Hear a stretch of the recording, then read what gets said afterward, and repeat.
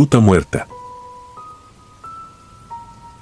Me llamo Mauro y juro que aquello que vas a leer no es un cuento para espantar curiosos, sino la cicatriz que cargo desde el 2012, cuando manejaba el primer autobús urbano que salía de la colonia Lomas del Mezquital rumbo al centro de Ciudad Juárez.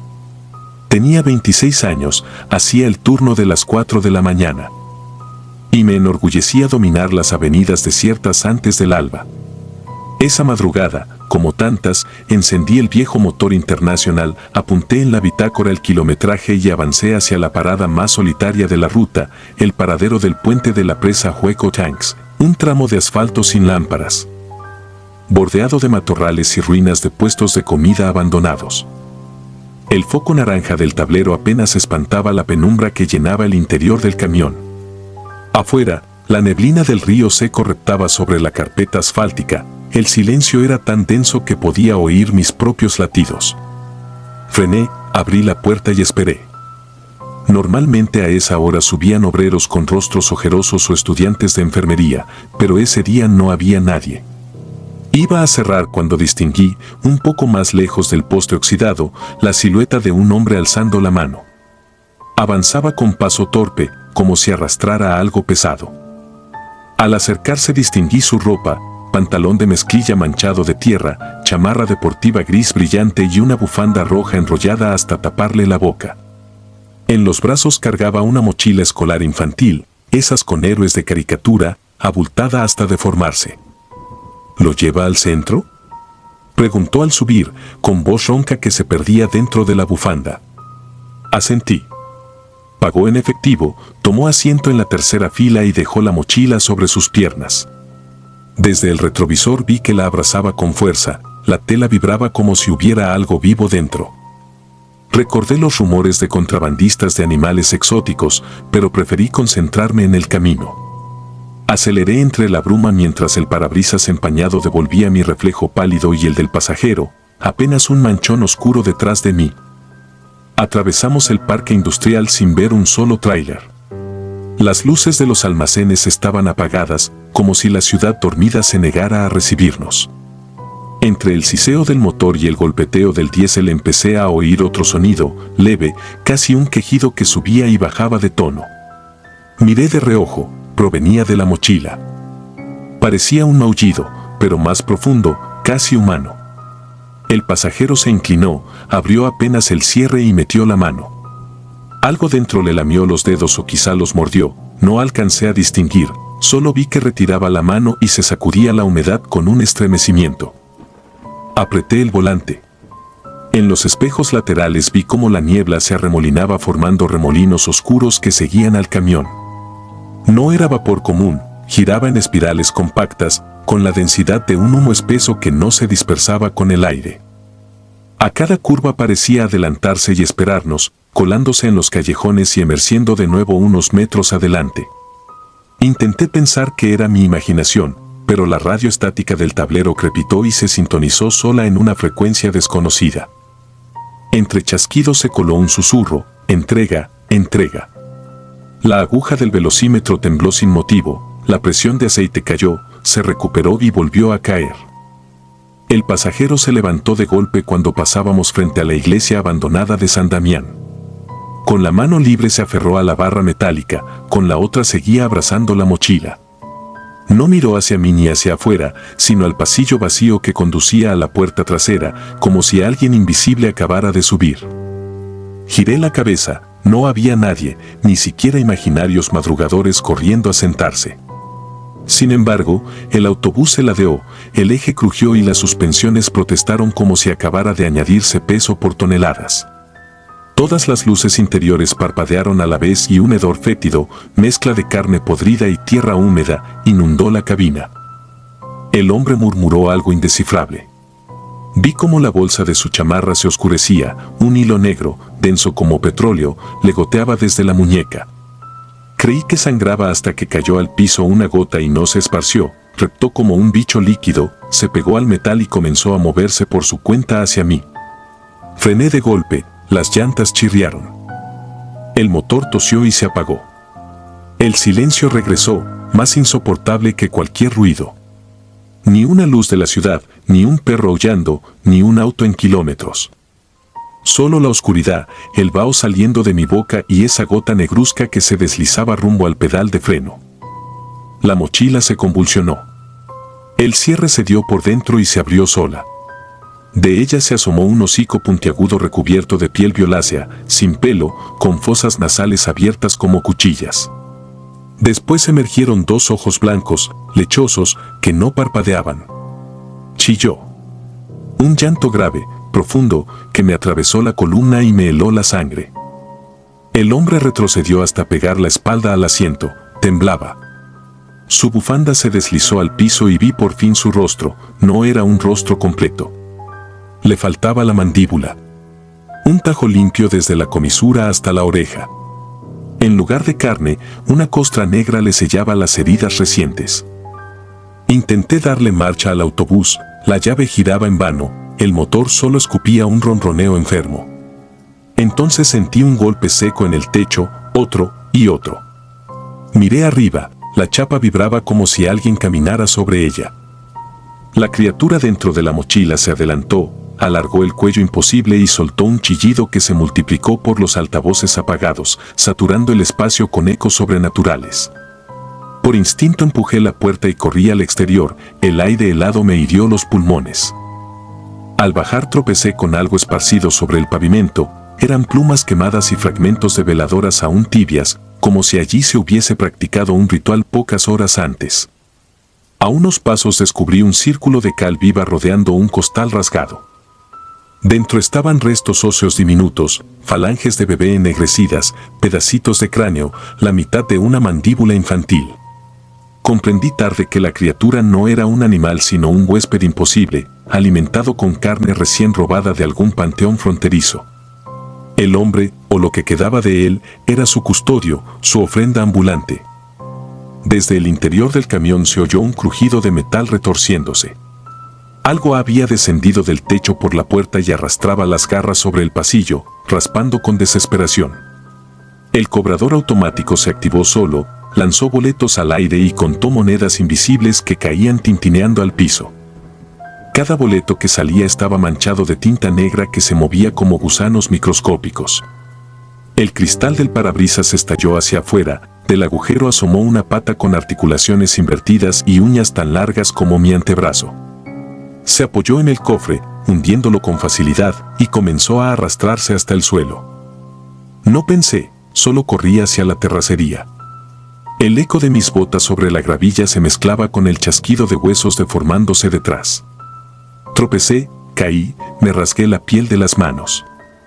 Al levantar la vista noté que la niebla se apartaba formando un corredor despejado que conducía de vuelta al camino, como si me invitara a regresar. En la bruma, sombras altísimas se alineaban formando un séquito que escoltaba al engendro. Todas tenían ojos blancos que ardían sin luz y todas me miraban, aguardando el segundo en que el terror paraliza. Inspiré hondo, me levanté y corrí colina arriba hacia el muro perimetral del parque industrial. No podía ver el final, solo la masa gris abriéndose y cerrándose, pero tenía que intentarlo. Atrás se oyeron gruñidos y un alarido que no parecía caber en garganta alguna, luego un estruendo metálico, el autobús volcaba sobre el costado, sus vidrios implosionaban y el diésel chorreaba ardiendo. Un resplandor naranja iluminó la neblina. Juraría que en ese fulgor vi rostros infantiles flotando, unidos a la criatura por cordones umbilicales de sombra. Brinqué la barda de concreto y me interné en un almacén abandonado. La oscuridad ahí dentro era total, olía a cartón húmedo y orina vieja. Me escondí tras una pila de tarimas. Mis pulmones ardían, mi corazón retumbaba en la cabeza. Esperé. Pasaron minutos o quizá horas. El silencio aún era espeso, pero ya no traía susurros. No sabía si la cosa me buscaba o si se daba por satisfecha con el cadáver que la sirvió de transporte. Cuando por fin clareó, me atreví a salir. Del otro lado del muro se elevaba una columna de humo del autobús calcinado. Llegaron patrullas, ambulancias, reporteros. Inventé un relato sobre un cortocircuito y un pasajero dormido, callé todo lo demás. Los peritos nunca explicaron por qué en los restos encontraron huesos de 3 niños junto a los de un adulto sin mandíbula, ni cómo el fuego dejó figuras de rostros pegadas a los vidrios que no estallaron. Renuncié ese mismo día. Durante meses no pude subir a un camión sin sudar frío. Duermo con la tele encendida porque en la oscuridad se escucha de nuevo aquella radio que susurra, entrega. Y a veces, cuando el viento del desierto sopla contra las ventanas, juraría que trae consigo un maullido grave y un golpeteo de garras en el techo, recordándome que la ruta de la madrugada sigue ahí, esperando que alguien más abra la puerta. Ruta final. Siempre creí que los miedos más grandes de un conductor eran el sueño, el asalto o el mal clima. Descubrí demasiado tarde que ninguno de esos peligros se compara con el peso insoportable de aquello que no debería subir nunca a un autobús. Me llamo Gerardo Alcocer, tengo 38 años y, desde 2011, manejo la línea nocturna 32B que cruza de sur a norte la ciudad de Chihuahua hasta los Talleres de la Concordia, un trayecto que concluye más allá de las últimas luminarias y, a veces, del sentido común. Aquella noche de octubre, 11 de octubre de 2014, lo recuerdo con exactitud porque un calendario destrozado es lo único que conservé después, terminé mi turno regular a la 1 de la madrugada. El supervisor, desesperado por la ausencia de otro chofer, me pidió cubrir la última salida. Acepté por rutina, por necesidad y porque las horas extra nunca vienen mal cuando tienes 2 hijos enfermos en casa y una pila de recibos esperando sobresaltos. Subí al viejo Volvo 7300, verifiqué los espejos y, sin pensarlo 2 veces, arranqué.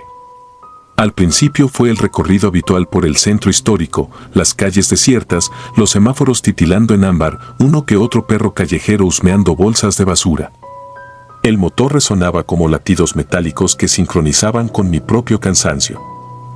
Puse la radio en AM para mantenerme despierto, solo captaba un programa de música norteña raspada por estática.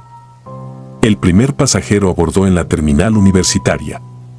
Era un anciano de sombrero polvoso y saco grueso que le quedaba grande. Se aferraba a un bastón de madera negra y tenía un vendaje amarillento bajo la manga izquierda, justo sobre la muñeca. Pagó su boleto con un puñado de monedas antiguas, casi relucientes por el uso. Noté que no levantó la vista hacia mí ni hacia nadie, aunque en ese momento no había nadie más, avanzó hasta la penúltima fila y se sentó en el pasillo, como defendiendo un asiento inexistente junto a la ventana. No había transcurrido 1 kilómetro cuando subió la segunda, una mujer embarazada, quizá en su 7º mes, rostro cenizo, cabello recogido con ligas descoloridas. Llevaba un suéter pálido que alguna vez fue rosa y ahora exhibía manchas marrones a la altura del vientre. Pagó con un billete húmedo y arrugado que parecía haber pasado por la intemperie demasiado tiempo.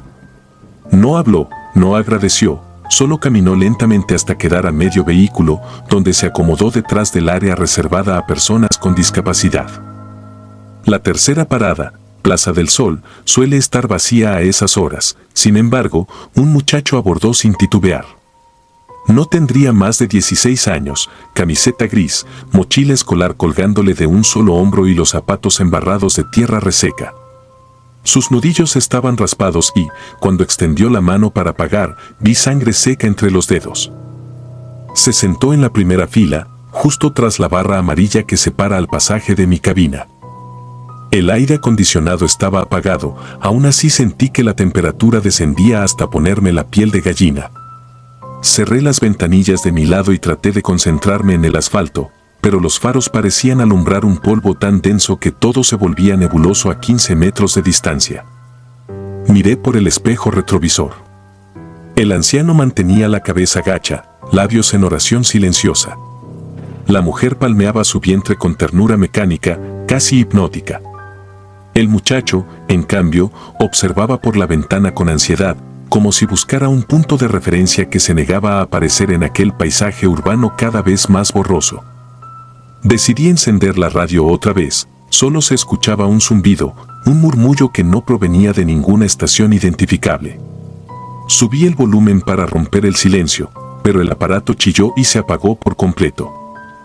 A la altura del puente Sacramento, la unidad comenzó a sentirse pesada. El tacómetro marcaba revoluciones normales, pero el volante respondía con retraso, como si el pavimento se hubiera vuelto barro y los neumáticos se hundieran en él. Respiré hondo, aseguré mis manos al volante y proseguí, repitiéndome que quizá era mi imaginación avivada por el cansancio. Entonces el anciano se levantó con dificultad y avanzó unos pasos hasta quedar frente a la mujer embarazada. No intercambiaron palabra, solo se miraron. Desde mi asiento percibí un tufillo a tierra recién removida, a flores marchitas. No sé cómo explicarlo, pero fue un aroma dulce y podrido al mismo tiempo, como si la muerte celebrara una fiesta en el pasillo. El muchacho giró hacia mí. Su voz llegó clara, aunque los labios apenas se movieron. Faltan muchos kilómetros, conductor. No supe qué responder. Miré el tablero digital, marcaba las 2:47 de la mañana. Pero las luces verdes del panel parpadeaban con una frecuencia errática, alternando entre números imposibles, 0, 99, 99, y símbolos que no deberían existir en un reloj. Paré en el semáforo de la colonia Laderas del Norte. El semáforo estaba en rojo, pero no venía ni un solo coche. Demoré más de lo aconsejable, esperando que mis pasajeros bajaran. Nadie se movió. Pisé el acelerador con un temblor en la rodilla. El motor rugió y la unidad avanzó unos metros hasta que las luces de la calle se apagaron en cadena, desde el frente hasta perderse detrás de nosotros, como fichas de dominó eléctricas que alguien hubiera derribado a propósito. En medio de esa oscuridad repentina, un golpe seco resonó en la puerta trasera, 3 golpes rítmicos, un llamado inconfundible. Pulsé el botón de apertura sin voltear, la puerta se deslizó. Escuché pasos pero no vi a nadie subir. Sin embargo, la suspensión crujió como cuando un cuerpo pesado toma asiento y la luz interior, que había permanecido tenue, se apagó por completo. Mis ojos tardaron en acostumbrarse. Cuando lo hicieron, advertí que las ventanillas reflejaban la calle iluminada a plena tarde, no la carretera nocturna real. En cada cristal se proyectaba un sol inexistente y siluetas de personas cruzando entre árboles en flor. Intenté respirar profundo para no perder la cordura. Vi algo más, el anciano ya no sostenía su bastón, su mano vendada sujetaba ahora un periódico amarillento con una fotografía en portada. Gracias al reflejo parcial pude leer el titular al revés: 3 mueren en volcadura de ruta 32B, chofer ebrio se da a la fuga. La fecha, 11 de octubre de 1992. Sentí el pulso dispararse. El anciano alzó la vista, y sus ojos, blancos como porcelana sin pupila, se clavaron en los míos.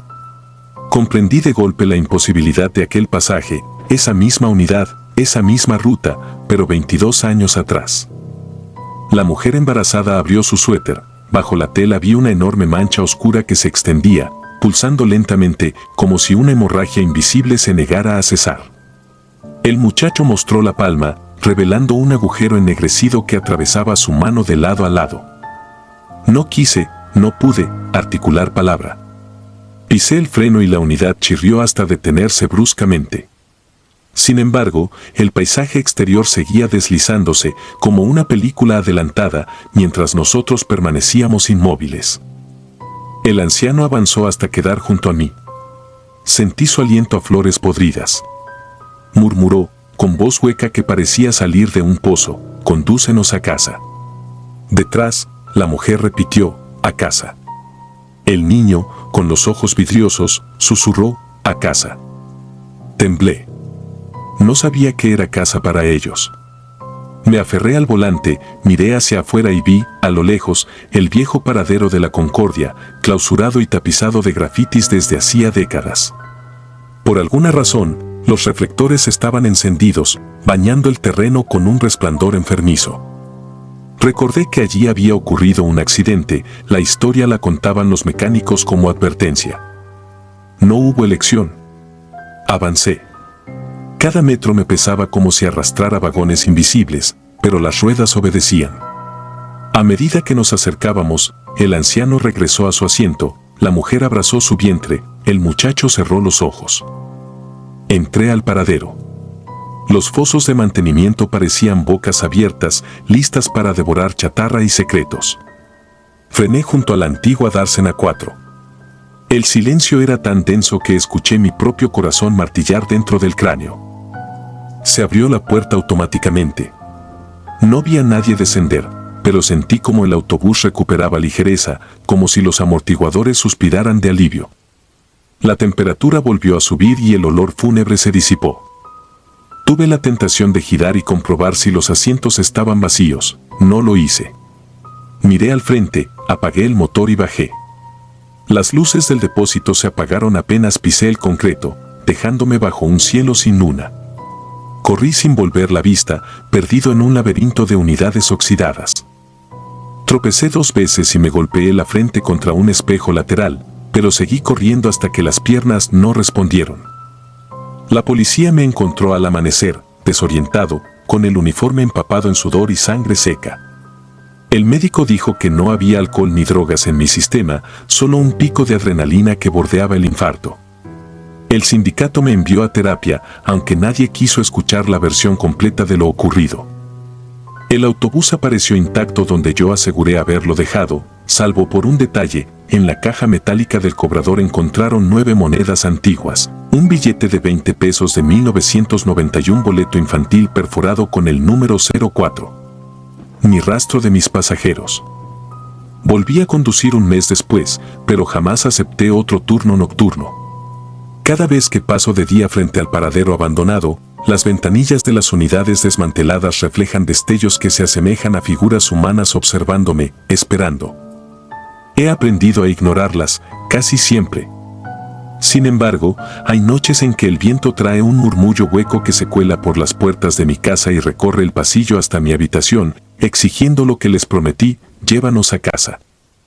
Y yo sé que, tarde o temprano, la ruta final me alcanzará, porque nadie escapa para siempre de aquello que decidió transportar una vez.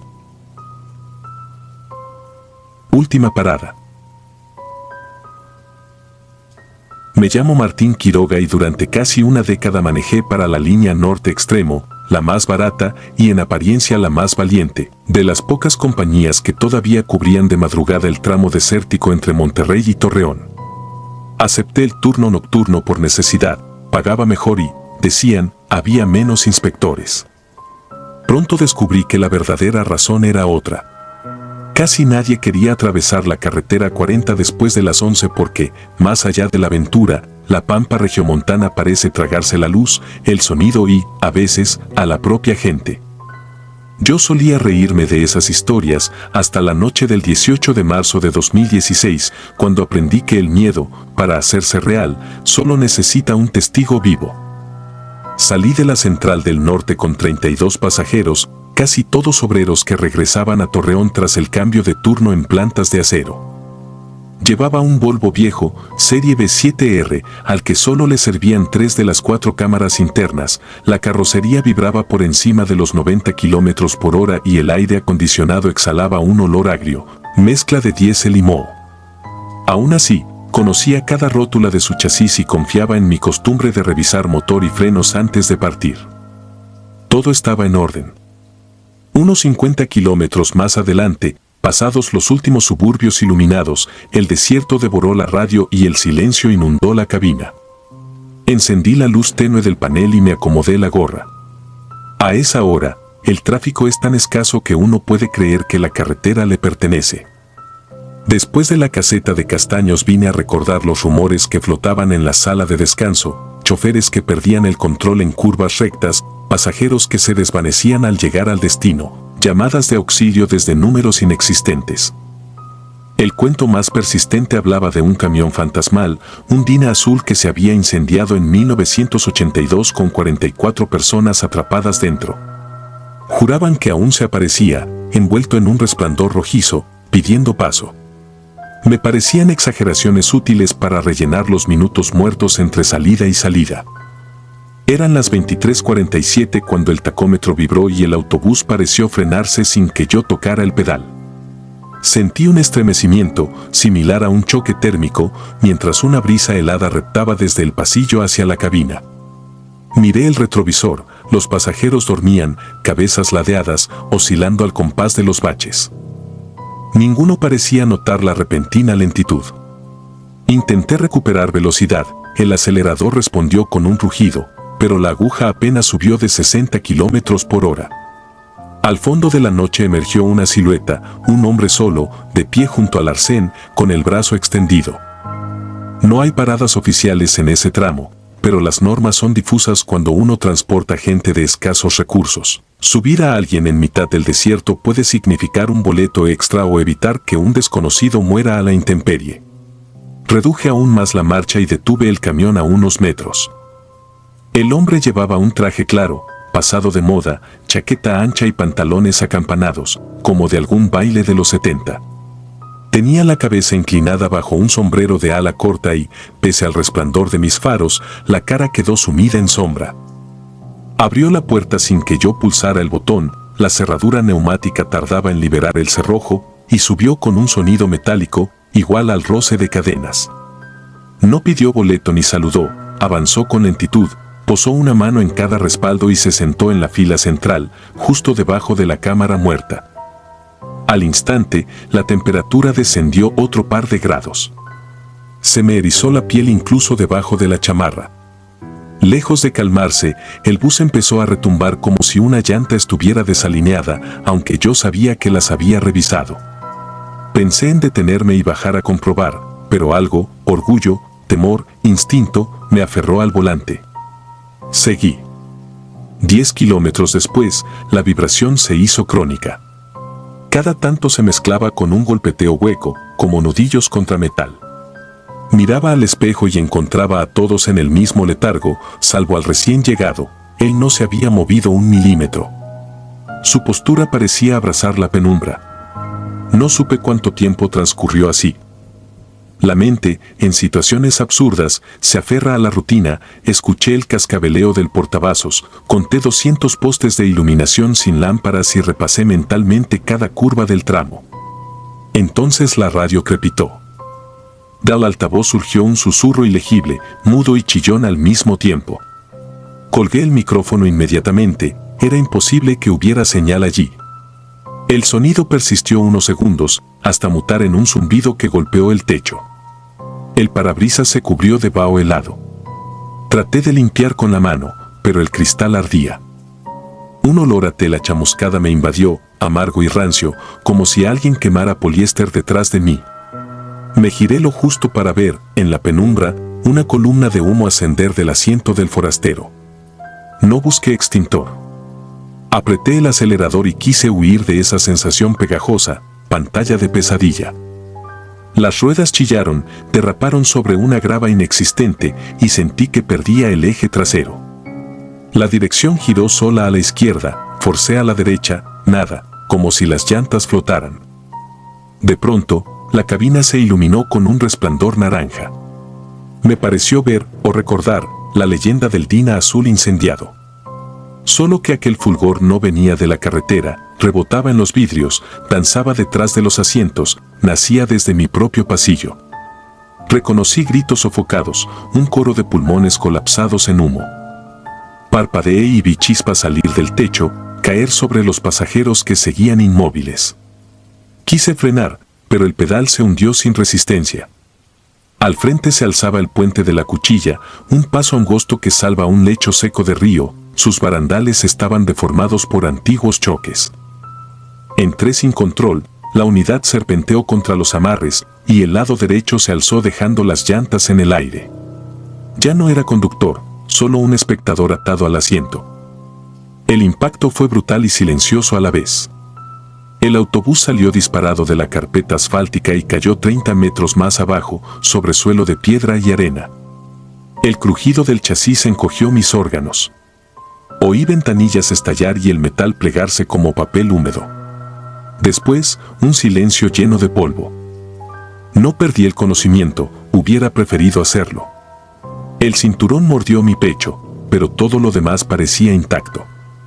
Olí gasolina, tierra, algo quemado pero frío. Con un esfuerzo doloroso giré la cabeza, los asientos estaban vacíos. Cada respaldo, cada pasillo, un esqueleto de tela rota sin rastro de los trabajadores que llevaba minutos antes. Donde estaba el hombre de traje, encontré un boquete carbonizado, un agujero que atravesaba el piso hasta la gravilla. Saqué mi navaja multiusos y corté la cinta pidiendo a Dios no toparme con huesos o cuerpos aplastados. Avancé entre hierros torcidos, llamando por los nombres que recordaba. Nadie respondió. Solo escuché mi respiración, dispareja, y el quejido de la carrocería al asentarse. Salí por una ventana rota, tropecé en la pendiente y rodé unos metros. El cielo, libre de nubes, mostraba un firmamento indiferente, como si nunca hubiera pasado nada bajo sus estrellas. Me puse de pie. A pocos pasos del puente había una figura, el mismo hombre, ahora iluminado por el fuego tenue que lamía el costado del bus. Su rostro seguía oculto, pero distinguí que su ropa goteaba un líquido oscuro, tal vez aceite o sangre vieja. No avanzaba ni retrocedía. Levantó el brazo y señaló la carretera. Seguí su dedo. Sobre el asfalto, alineados junto a la baranda retorcida, había 32 pares de zapatos, cada uno con sus medias todavía dentro, como si los pies se hubieran evaporado. Volví la vista y la figura ya no estaba. El fuego crepitó más fuerte. Corrí como un poseso hasta la calzada intentando hallar ayuda. Ningún coche pasó. El resto de la noche es un mosaico de destellos, luces rojas de una ambulancia que jamás escuché llegar, paramédicos que me sacaron sangre mientras preguntaban cuántos iban conmigo, oficiales de la Guardia Nacional fotografiando huellas que se borraban en cuanto les apuntaban la linterna. Al amanecer, un ingeniero de la aseguradora me dijo que, según el GPS, el autobús nunca había disminuido de 85 kilómetros por hora ni hecho ninguna parada. Alguien movió los labios para explicarme que no encontraron maletas, ni boletos, ni documentos de pasajeros. Solo mi bitácora y mi cinto rasgado. Quise replicar, pero las palabras se me hicieron piedras dentro de la boca. Tardé 4 meses en salir del hospital. Perdí 2 dedos por una infección y el oído izquierdo quedó inútil. Pero lo peor fue el regreso a la vida ordinaria. Al pasar por la central abandonada donde la empresa guardaba los vehículos siniestrados, vi mi Volvo reducido a chatarra ennegrecida. En la cabina, el número de unidad estaba trazado con algo parecido a hollín, 444, la misma cifra que mencionaban los veteranos cuando hablaban del Dina maldito. No dormí varias noches. Renuncié. Volví a Monterrey e intenté ganarme la vida reparando transmisiones, lejos de los caminos abiertos. Sin embargo, cada vez que oscurece y el viento trae olor a diésel, recuerdo los zapatos alineados como ofrenda y la sombra del hombre apuntando a ninguna parte. Intento convencerme de que todo fue un delirio producido por el choque, pero al cerrar los ojos siento otra vez el tirón helado de su presencia, la certeza de que aún espera a la orilla de alguna carretera, necesitando un boleto hacia el asiento debajo de la cámara rota. No sé si alguien creerá mi confesión. Tal vez sirva de advertencia para quien lea estas líneas antes de tomar el último autobús nocturno en el norte de México. Sí, mientras avanzan por una recta desierta, un extraño detiene el vehículo sin que el chofer toque los frenos y sube sin rostro visible, no le den la espalda.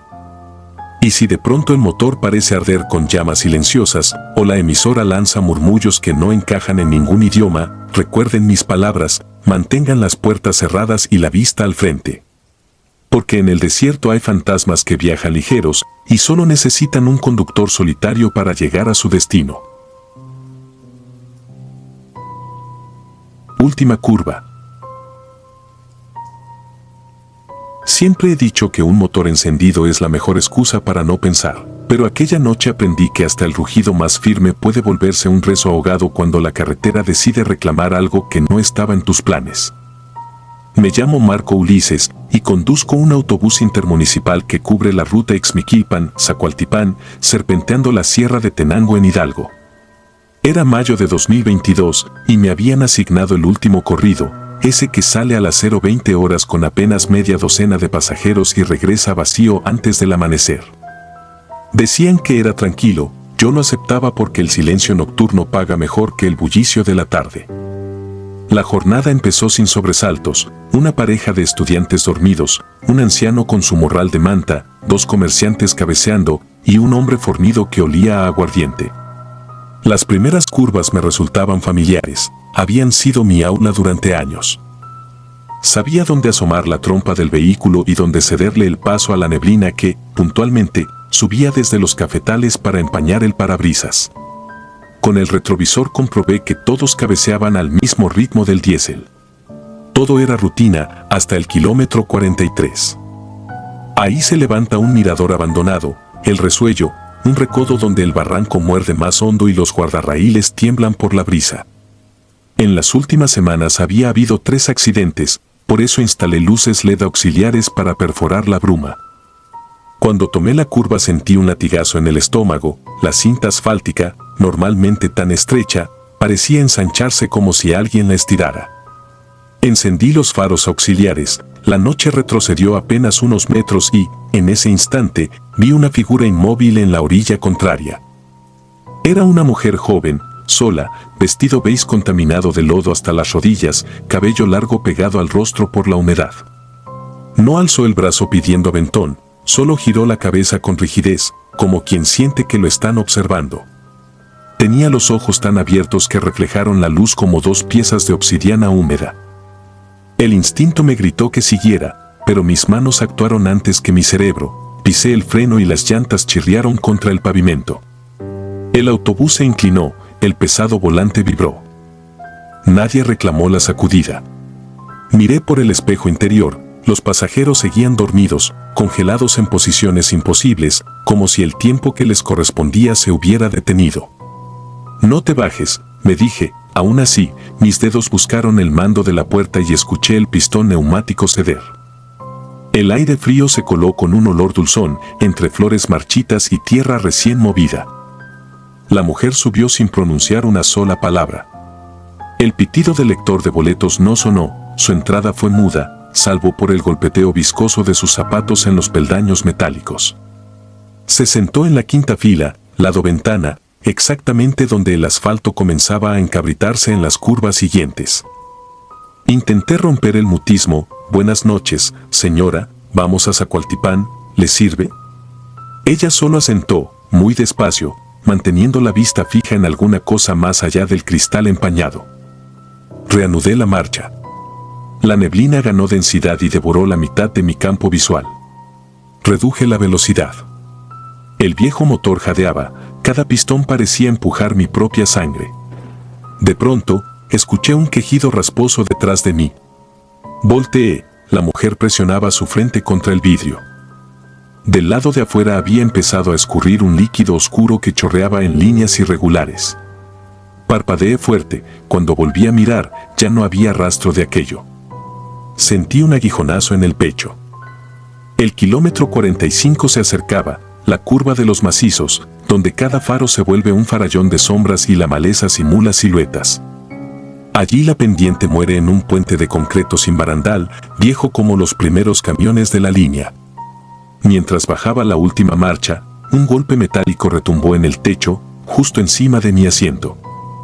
El volante se me fue entre las manos, las luces se apagaron un segundo. Cuando regresaron, los asientos parecían más vacíos. Conté 1 a 1. Faltaba la pareja de estudiantes. Frené en seco, otra vez. Solamente había transcurrido 1 minuto, imposible que se hubieran bajado sin que yo lo notara. Me puse de pie, los pasillos eran un túnel de terciopelo negro, sin el ronquido típico de los pasajeros que duermen. Mi voz salió temblorosa, ¿todo bien? Ni un eco respondió. Entonces lo vi, 2 mochilas escolares reposaban en el piso, abiertas, y de su interior goteaba la misma sustancia viscosa que creí ver en el ventanal. Olía a cobre caliente. Me aferré al pasamanos. El anciano tampoco estaba, su morral reposaba sobre el asiento como un caparazón vacío, manchado de tierra roja. El hombre del aguardiente también había desaparecido, dejando en el aire el resabio agrio del alcohol y algo más, un silbido casi infantil, de esos que uno lanza para espantar a los perros. Regresé a mi puesto, pero la puerta de la cabina se cerró por sí sola, sellándome dentro. El motor se revolucionó hasta las 3.500 RPM. El velocímetro subió sin que yo tocara el acelerador. El autobús embistió la neblina con una furia que no le ordené. Y, mientras la aguja rozaba los 100 km/h, el sistema de sonido, apagado desde el inicio, escupió un murmullo como de radio mal sintonizada. Entre la estática se coló una voz infantil, apenas entendible: falta uno, falta uno. La carretera dejó de parecer real. El pavimento desaparecía bajo el haz de los faros como si el mundo lo estuviera pintando a cada metro. Intenté frenar, el pedal se hundió sin resistencia. Los labios me sangraron de tanto morderlos para no gritar. La mujer de la quinta fila había cambiado de asiento y ahora estaba justo detrás de mí, separada tan solo por la mampara de la cabina. Sentí su aliento pegajoso en el cuello, helado, con olor a tierra removida. No la oí moverse, sencillamente apareció. Un golpe seco en el parabrisas me obligó a mirar adelante, algo chocó contra el cristal y resbaló por él, dejando un rastro oscuro. Fue un instante, pero reconocí la cara del anciano, con los ojos aún abiertos, su piel barnizada por la misma sustancia que goteaba de las mochilas. Los faros iluminaron la entrada del túnel de la Culebra, un tubo excavado en la roca, angosto, sin iluminación interna. Al penetrar en él la señal de radio murió, la voz infantil quedó suspendida en un zumbido grave que hacía vibrar los paneles. En la negrura absoluta solo se distinguía el rojo intermitente del tablero.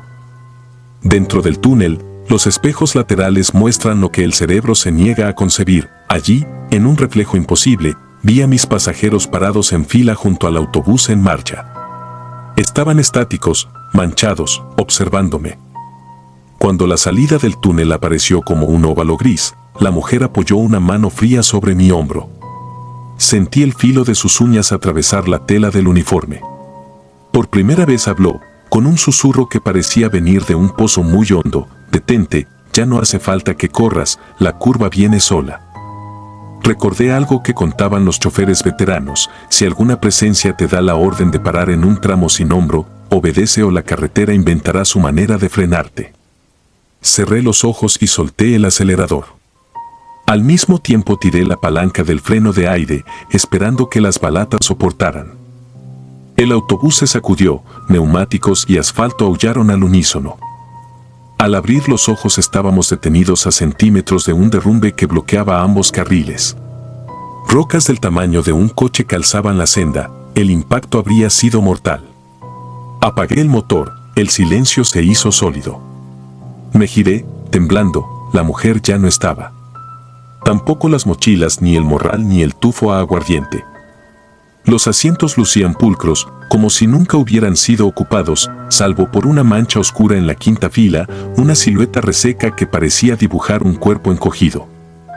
La adrenalina me sostuvo el tiempo suficiente para tomar el radio de carretera y pedir auxilio.